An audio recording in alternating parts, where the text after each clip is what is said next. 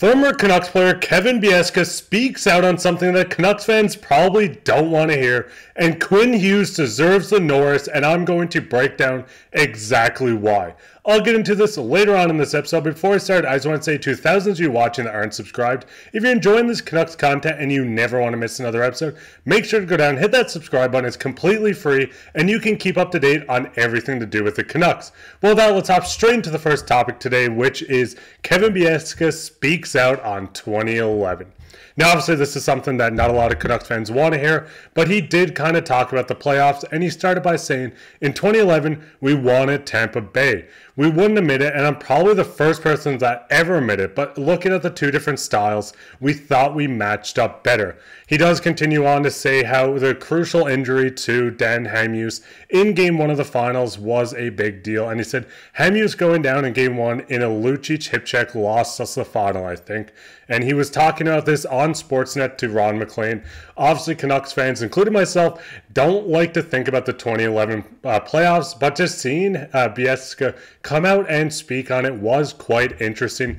He did kind of talk about it as well, and this isn't the first time Bieska has revealed some behind-the-scenes details on the 2011 team. In 2020, he sounded off on the allegations from former Bruins captain Zdeno Chara that the Canucks were practicing their Stanley Cup handoffs after taking a 2-0 series lead. One of the dumbest things we've heard, clearly, we work with Elliotte Friedman, Bieska said, and obviously, there was a lot of rumors going around. Obviously, the outcome of the 2011 playoffs was not what fans wanted, but it is a little ridiculous to see Chara saying this and how it still has carried on all the way to 2024. And him and Luongo actually kind of reflected on it, had a joke about it, and Bieska said, we know what it's like to be up 2-0 in the finals, so you're pretty comfortable. And Luongo said, I think we're okay. Remembering when we were practicing lifting the cup, I just thought this was awesome. And just seeing them joke about it, obviously it was a moment that not a lot of people like to think about. Obviously the playoffs itself, we like to think about the outcome of it and everything to do with the 2011 playoffs.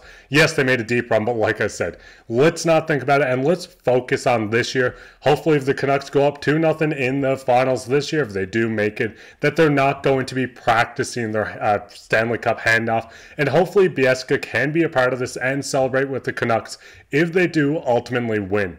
Now, what's your guys' thoughts on this? What's your thoughts on Chara's comments? I know they're a bit of old comments. What's your thoughts on Bieska just kind of speaking about it? And do you wish he still was a part of this team in a way, maybe as just a mentor with the team, working in the office, working with the coaching staff, whatever it might be? Do you miss Kevin Bieska, Roberto Luongo, Dan Hamhuis, all these guys being around, and especially with the Sedins still being there as mentors? Well, with that, let's hop straight into the second topic today, which is Quinn Hughes deserves the Norris, and I think a lot of people agree with this. I don't think anyone other than obviously Colorado fans and stuff like this would agree with this as well, and I'm going to go into detail on just why he does deserve this Norris. And yes, there are great people. Quinn Hughes on top here with 76 games played, which is 6 more than Makar. He has 3 less goals, but he has 16 goals, 70 assists, 86 points. He's a plus 39. And just looking at the points totals compared to the other guys that are looking in at this Norris Trophy of Cale Makar, obviously 81 points. Roman Josi, Evan Bouchard, which I don't think deserves it, but he does have a shot at it. But there are a couple guys there. Even Noah Dobson's having an incredible season. But Makar is sitting on top with 86 points in 76 games. There has been only a handful of defensemen, especially in the near recent future, or history, sorry, that has put up 90 points. And like you can see here, Quinn Hughes is just 4 points away, and he does seem like he'll get this before we go into the playoffs. Now, obviously, points isn't the only thing that matters when you are looking at Norris or top defenseman, and that's why I'm going to break down a couple more things. You can show this in different ways, but let's start with statistics that boils a player's season down to single numbers. Evolving Hockey's goals above replacement, or GAR or GAR, which aims to measure how much a player is in that replacement level player who could be call-ups from the AHL. Quinn Hughes leads all defensemen with a 23.3 goals above replacement, or whatever you wanted to call it, GAR, ahead of Evan Bouchard with 20.9, so that's almost a 3 difference. Roman Josi at 19.9, and Cale Makar, which a lot of people are talking about that should be the Norris, which I disagree with, is 8th with a 15.3, well behind the 3 leaders. Obviously, like I said, you're looking at goals ahead, above replacement. You're looking at points. When you're looking at all these statistics, especially with the Canucks being one of the top teams in the NHL, yes, they've dealt with injuries. Yes, they're still trying to battle for that President's Trophy, but they have been one of the top teams, and this is one of the big reasons, and his name is Quinn Hughes. Now, obviously, the hold-up league-wide, among all 120 NHL defensemen who have played at least 1,000 minutes 5-on-5 this season, Quinn Hughes has the 4th lowest rate of shot attempts against when he's on the ice.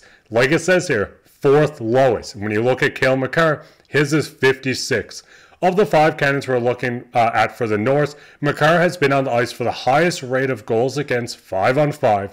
Quinn Hughes has been on the ice for the lowest.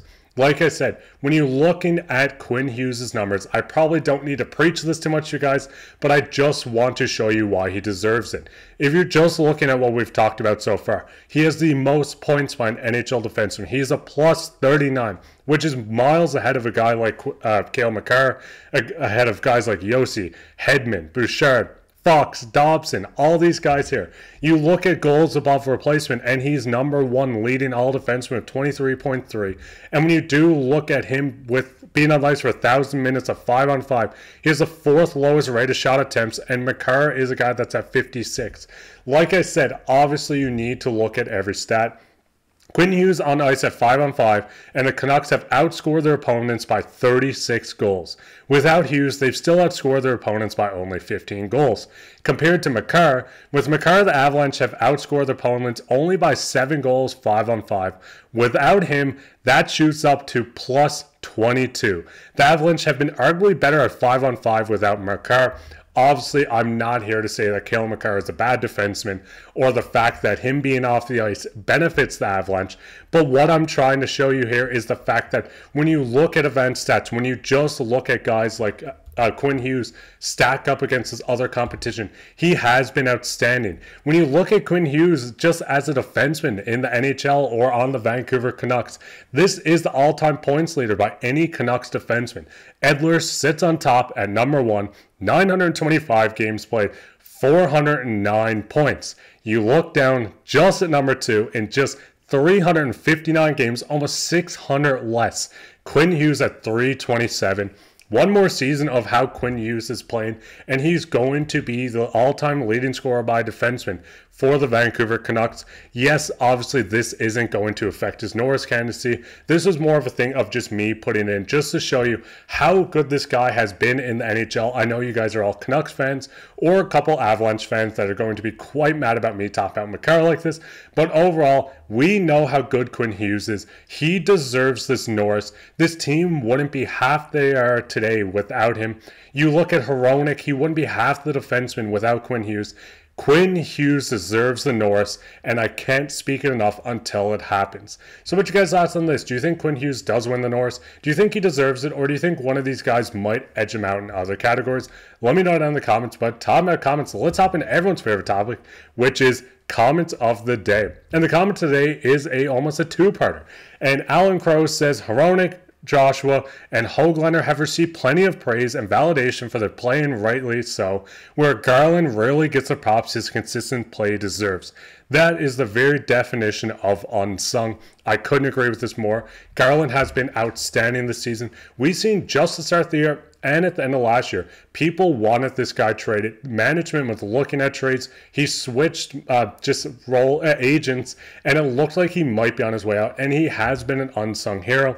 And like Hidden Squid says, finally more people are picking up on the most underrated player in the division, if not the conference, Connor Garland. And I couldn't agree with this more. Like I said, you can see from the fans, you can see from everyone that talks about him, Garland has been outstanding this year. He was almost shipped out, and thank God they kept him. But that'd be it for this episode of Canucks Digest. If you enjoyed this episode, make sure to go down and leave a like, leave a comment, subscribe if you want to. Like I said, it's completely free and it helps the channel. I love just interacting with you guys, so just getting the subscribers, just building the community with you guys is awesome. I know I have some works of just getting some people in as interviews, stuff like that. So if you're excited for that, leave a comment down there. If you want me to interview someone, leave a comment down there as well. But with that, that'd be it for this episode. Take care.